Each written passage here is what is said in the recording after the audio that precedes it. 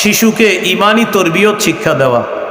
ইমানি তরবিয়তের মধ্যে শ্রেষ্ঠ তরবিয়ত নামাজের তরবিয়ত শিখানো। 7 বছর বয়সে নামাজের আদেশ করা, 10 বছর বয়সে প্রয়োজনে মৃদু আঘাত করা। 7 বছর বয়সে আপনার ছেলে মেয়ে যে নামাজের কথা বললেই শুনবে, বিষয়টা এমন না।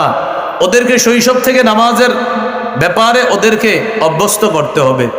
শিশু যখন ঘুমায়, আপনার স্ত্রীকে বলবেন মাঝে মাঝে শিশুর পাশে নামাজে দাঁড়াইতে।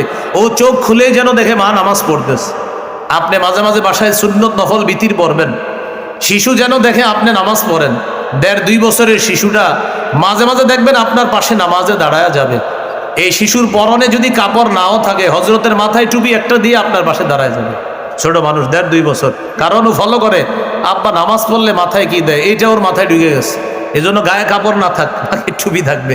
যারা বাপ আছেন আপনারা ভালো বলতে পারবেন, পাশে গিয়ে দাঁড়ায় যায়। এবার আপনার চেহারার দিকে তাকায়, দেখে আপনার ঠোঁট নড়ে, ও ঠোঁট নাড়ায়, বাস। এবার রুকুতে যায়, ও রুকুতে গিয়ে তো আপনারা দেখা মুশকিল ওর জন্য, ও তো ছোট, আপনি একটু বড়, এখনো এইভাবে আপনার দিকে তাকাবে। দেখে যে আপনি ঠোঁট নড়ে, বাস, ও ঠোঁট নাড়ানো শুরু করে। সালাম ফিরানোর পর আপনি তাসবিহ পড়বেন, হাত আঙ্গুলের কর গণা থাকবেন, ও আপনার চেহারার দিকে তাকায় আর আঙ্গুলের করের দিকে তাকায়, মাশাআল্লাহ, ও শুরু করে।